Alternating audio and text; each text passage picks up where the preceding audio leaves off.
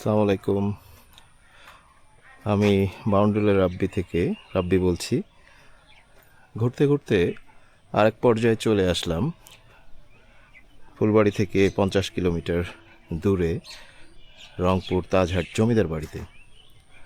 হ্যাঁ বন্ধুগণ, আপনাদেরকে আজকে ঘুরে দেখাবো রংপুর তাজহাট জমিদার বাড়ি। দেখুন কি চমৎকার কিছু ফুলের সমাহার করা আছে রাস্তাটিতে ঢুকতেই। আর লাল ফুল আমার ভীষণ প্রিয়, সেটা গোলাপ হোক নয়তোবা মোরগ না অন্য কিছু, হোয়াট এভার, কিন্তু আমার খুব ভালো লাগে। ফুল দেখলেই ক্যামেরা হাতে দাঁড়িয়ে পড়ি।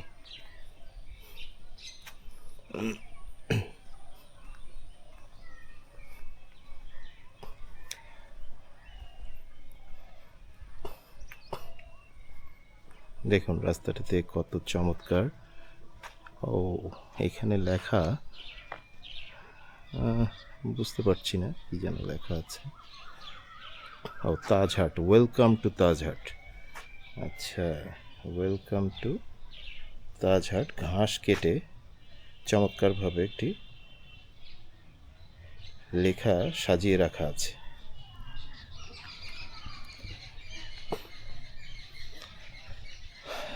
সূর্য যেহেতু আমার মুখের উপরে ঠিক, সে তো জানি না কেমন আসবে। উল্টো দিকে ক্যামেরা সূর্য থাকলে বেশি ভালো আসে ছবি।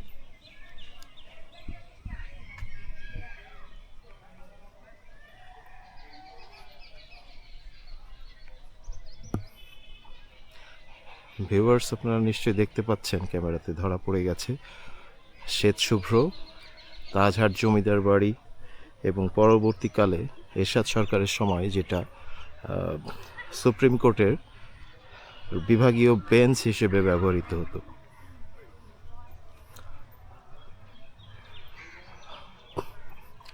সুপ্রিম কোর্ট কি হাইকোর্ট, জাস্ট লেখাটা দেখে আপনাদেরকে জানাবো শিওর।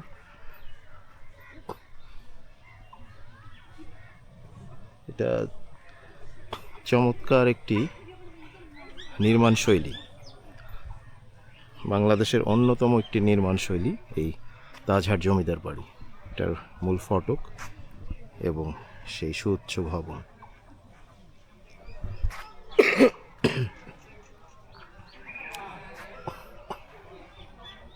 এদিকে রয়েছে তিনটা পুকুর, কিন্তু পানি নেই পুকুরে। পুকুরে কোনো পানি নেই।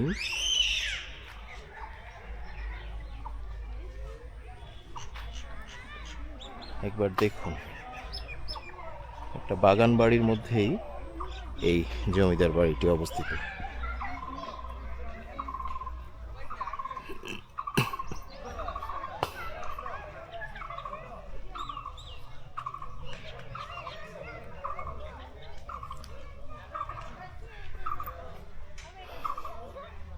আসলে গরমের সময় অ্যাজমা রোগীদের ব্লক করা সো টাফ। ঘেমে যাচ্ছি, কফ চলে আসতেছে, কাশি তো নিত্যদিনের সঙ্গী। এটা রমজান মাসে আবার 4:30টায় নাকি বন্ধ করে দেয়, সো একটু তাড়াহুড়োর মধ্যেই অলরেডি 4:45 বেজে গেছে।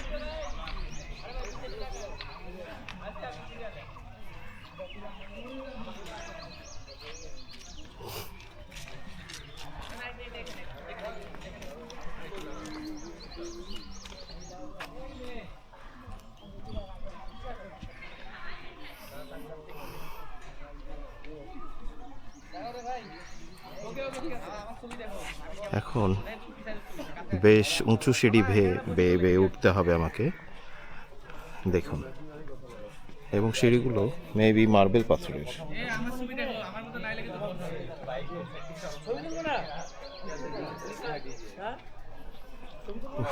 সূর্য আজকাল গরম, সন্ধে নামতে না নামতে আবার ঠান্ডা নেমে যাবে। রংপুর দিনাজপুরে এই এক সমস্যা ওয়েদারের।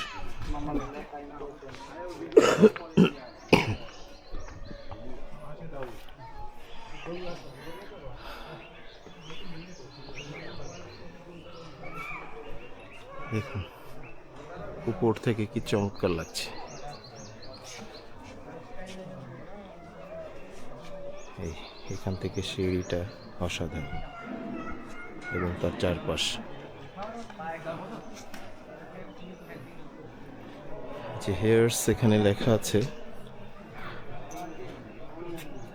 এখানে তাজহাট জমিদার বাড়ি রংপুর। তার পাশে এখানে লেখা আছে, হ্যাঁ আমি বলেছিলাম, এই যে বাংলাদেশ সুপ্রিম কোর্ট হাইকোর্ট বিভাগ রংপুর বেঞ্চ ভবন উদ্বোধন করেন রাষ্ট্রপতি লেফটেন্যান্ট জেনারেল হোসেন মোহাম্মদ এরশাদ। এটা 18 মার্চ 1984 সনে।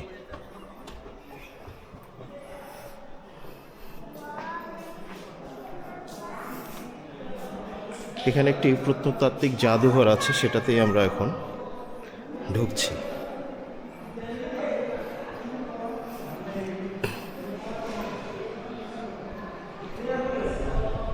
দেখুন বাংলাদেশের কত সম্পদ, কত প্রত্নতত্ত্ব, কত পুরনো আসবাবপত্র এখানে তুলে ধরা।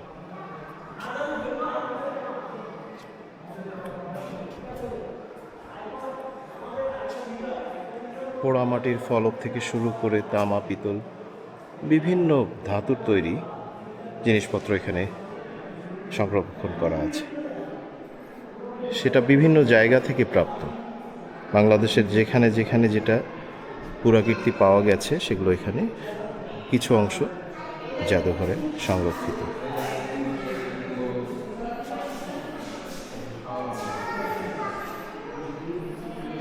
উপরের সেলিংটা দেখায় আপনাদেরকে, হাইটটা দেখুন।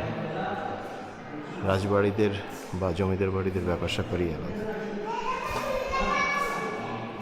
হ্যাঁ, এখানে কিছু কি বলে এটাকে, রংপুরের প্রথম সাপ্তাহিক সংবাদপত্র রংপুর দর্পণের, আচ্ছা, বরাহ পুরাণ, কিছু পুরাতন বই, মহাভারত, কালিকা পুরাণ, আদ্য শ্রাদ্ধ পুঁথি, কিছু পুঁথি সংরক্ষিত আছে। তার পাশেই যদি আমরা যাই, এখানে বিষ্ণু কালো পাথরের তৈরি মূর্তি একটি, তার পাশেই রয়েছে চন্দ্রমুখী মনুষ্য মূর্তি।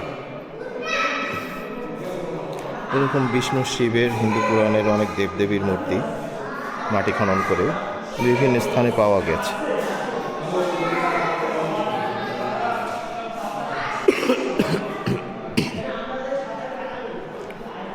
এগুলো বাংলাদেশের ঐতিহ্য এবং পৃথিবী থেকে যে প্রান্ত থেকেই এখানে আসুন না কেন, এগুলো দেখে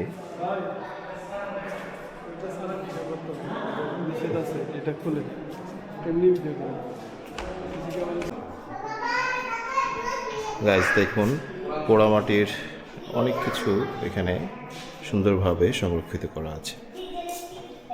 পোড়ামাটির ফলকগুলো আসলেই বেশ নান্দনিক হয়।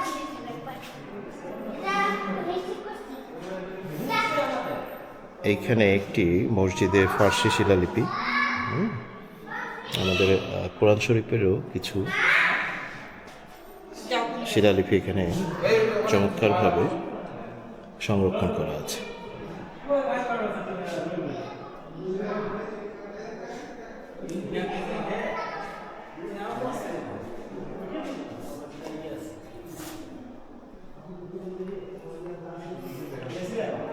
এখানে পোড়ামাটির ফলক কিছু,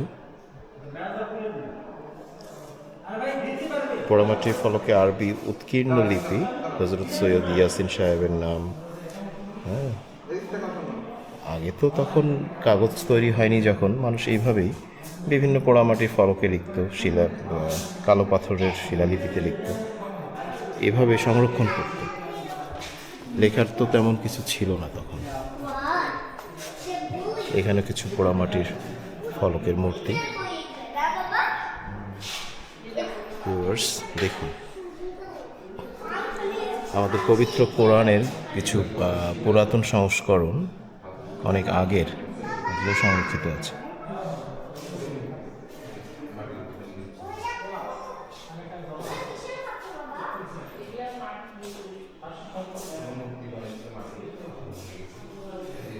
এখানে কিছু হিন্দু মূর্তি, হাতির দাঁত, চমৎকার দুটি বড় বড় হাতির দাঁত এখানে সংরক্ষিত।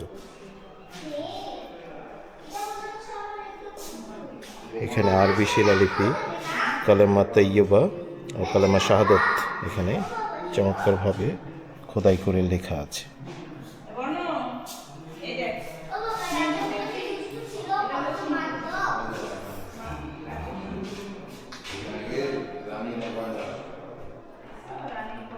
তাজহাটে আসলে এটি অন্যতম একটি আকর্ষণ, এই প্রত্নতত্ত্ব জাদুঘরটি।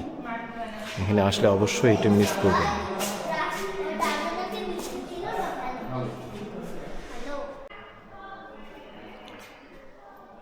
এই জমিদার বাড়ির অন্যতম প্রধান হচ্ছে তাদের ব্যালকনিগুলো, এবং দেখুন সুউচ্চ ভবন কতটা মেঝে থেকে যে সেলিংয়ের ডিস্টেন্সটা খুব দারুণভাবে প্রস্ফুটিত। এবং এই রাজা বলুন, জমিদার বলুন, নবাবদের বাড়ি বলুন, এগুলোর এই যে উচ্চতা এবং বিশালতা, এটাই মানুষকে অন্যরকমভাবে মুগ্ধ করে। এখনকার বাড়িতে তো এত বড় দালান বিল্ডিংটা ভাবা যায় না। এটা তখনকার দিনে করা, এখন ওই হিসেব যদি করি তাহলে কত টাকা যে হয়ে যাবে এই বাড়ির দাম, এটা অকল্পনীয়। জানলাগুলো দেখুন কত বিশাল আকৃতির, জাস্ট ওয়াও।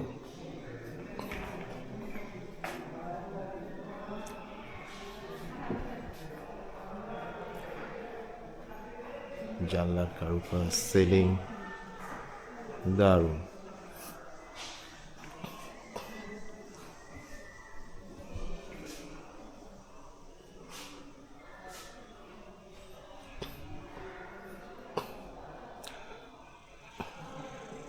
এখানে সম্প্রতি একটি লাইব্রেরি চালু করা আছে। এটি আগে নিচে নাকি ছিল, এটি পরবর্তীতে দোতলায় স্থানান্তরিত করা হয়। বেশ কিছু বই এখানে সংরক্ষিত। ভিউয়ার্স,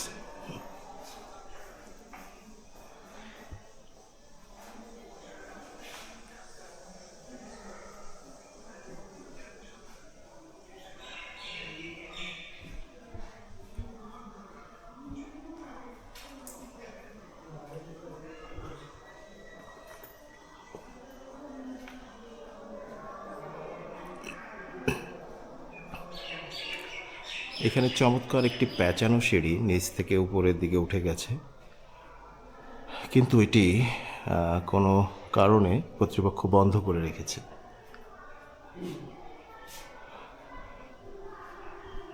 নিরাপত্তা ইস্যু মেবি।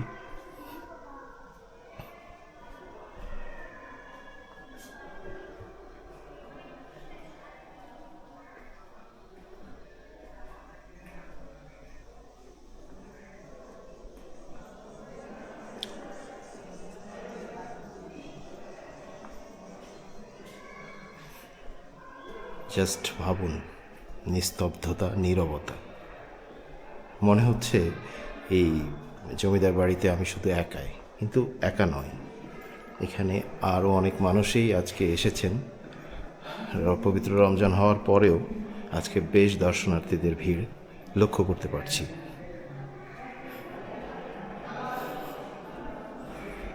এক একটি দরজা কত বড়, ভিউয়ার্স দেখুন। হ্যাঁ, বিশাল বড় বড় সব দরজা, জানালাও বড়, দরজাও বড়। এখানে একটি কাঁচের দরজা খুব চমৎকারভাবে তৈরি করা। দেখুন উপরের কারুকার্য।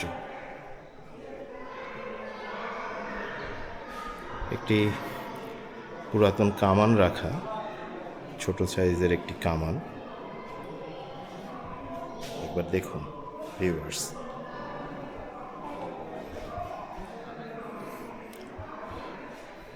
উপরে আর দেখানোর মতো তেমন কিছু নেই, তাই এক্সিট গেট দিয়ে বের হয়ে যাচ্ছি।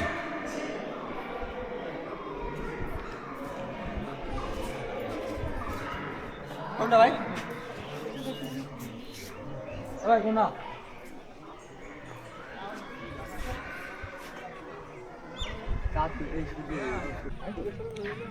এখানে চমৎকার কিছু বিভিন্ন বাহারি ফুলের বাগান তাজহাটের পাশেই রোপণ করা।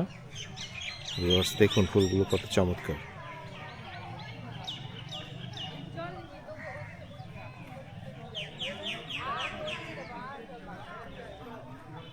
সূর্য তাজহাট জমিদার বাড়ির মাথার উপরে, নিচে বিভিন্ন বাহারি ফুল। একবার দেখুন ভিউয়ার্স, শ্বেতশুভ্র গোলাপ, অসাধারণ।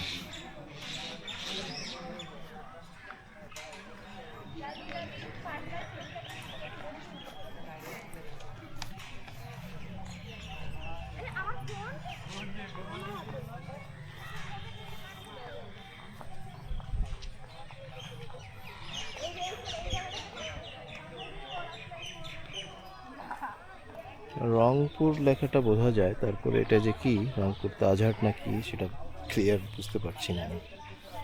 জাস্ট ঘাস কেটে, লাল ঘাস কেটে বানানো।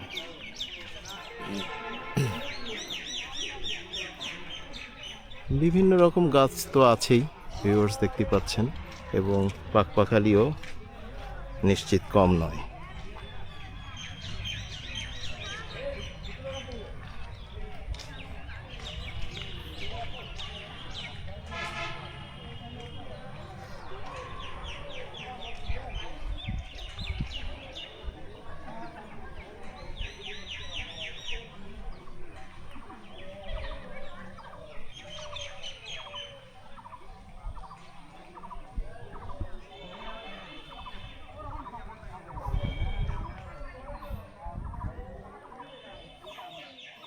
জাস্ট অনুভব করুন কত চমৎকার সব পাহাড়ি ফুল।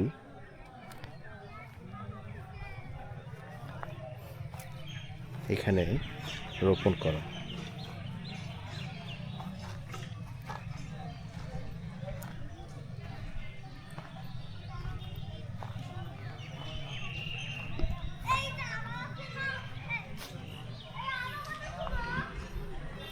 এই যে আপনাদেরকে বলেছিলাম বেশ কয়েকটি পুকুর আছে, মেবি 4টা-5টা, কিন্তু পানি খুবই সীমিত, পানি নেই বললেই চলে। এগুলোতে যদি আরও সংস্কার করে পাড়টার বাধাই করে পানি দেওয়া যায়, শাপলা ফুল পদ্ম ফুলের বীজ দেওয়া যায়, আরও দারুণ হবে জায়গাটা।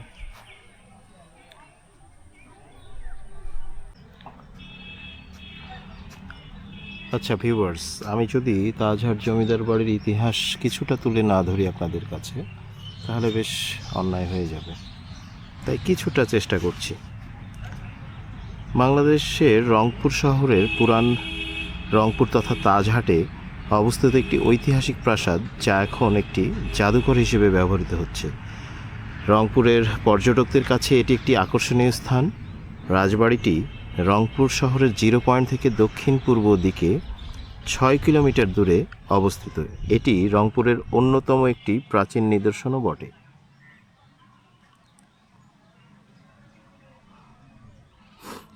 প্রাসাদটি বিংশ শতাব্দীর শুরুর দিকে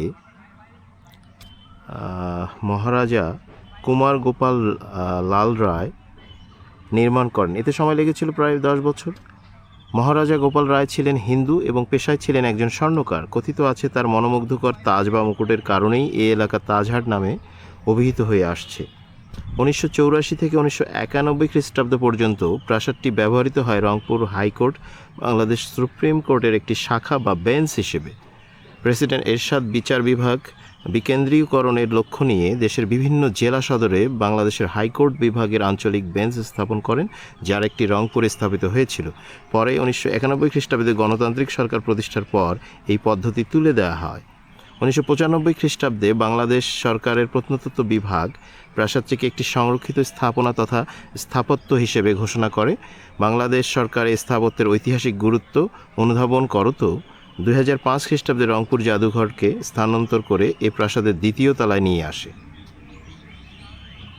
মার্বেলের সিঁড়ি বেয়ে জাদুঘরে উঠলেই রয়েছে বেশ কয়েকটি প্রদর্শনী কক্ষ, যাতে রয়েছে দশম ও একাদশ শতাব্দীর টেরাকোটা শিল্পকর্ম।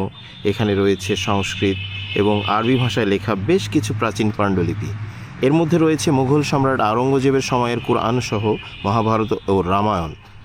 পেছনের ঘরে রয়েছে বেশ কয়েকটা কালো পাথরের হিন্দু দেবতা বিষ্ণুর প্রতিকৃতি, কিন্তু জাদুঘরের ভিতরে ছবি তোলার নিষেধাজ্ঞা রয়েছে, যদিও বা এখন এটি শিথিল করেছে, নাহলে আমি ব্লগ করতে পারতাম না। প্রাসাদ চত্বরে রয়েছে বিশাল খালি মাঠ, গাছের সারি এবং প্রাসাদের দুই পাশে রয়েছে দুইটি পুকুর। জাদুঘরের নির্দিষ্ট প্রবেশ মূল্য পরিশোধ করে প্রবেশ করা যায়। প্রাসাদ চত্বরে গাড়ি নিয়ে ঢুকতে চাইলে গাড়ির জন্যও নির্দিষ্ট ফি দিতে হবে। আচ্ছা, প্রাসাদটি প্রায় 210 ফুটের মতো প্রশস্ত, 4 তলার সমান উঁচু। এর গঠনশৈলী প্রাচীন মুঘল স্থাপত্য থেকে অনুপ্রাণিত বলে মনে করা হয়, যার প্রমাণ মেলে মধ্যভাগে বিশাল একটি গম্বুজ ও দুই পাশে তার ছড়িয়ে যাওয়া দালানগুলোর একটা মসজিদের অবয়ব দেখে।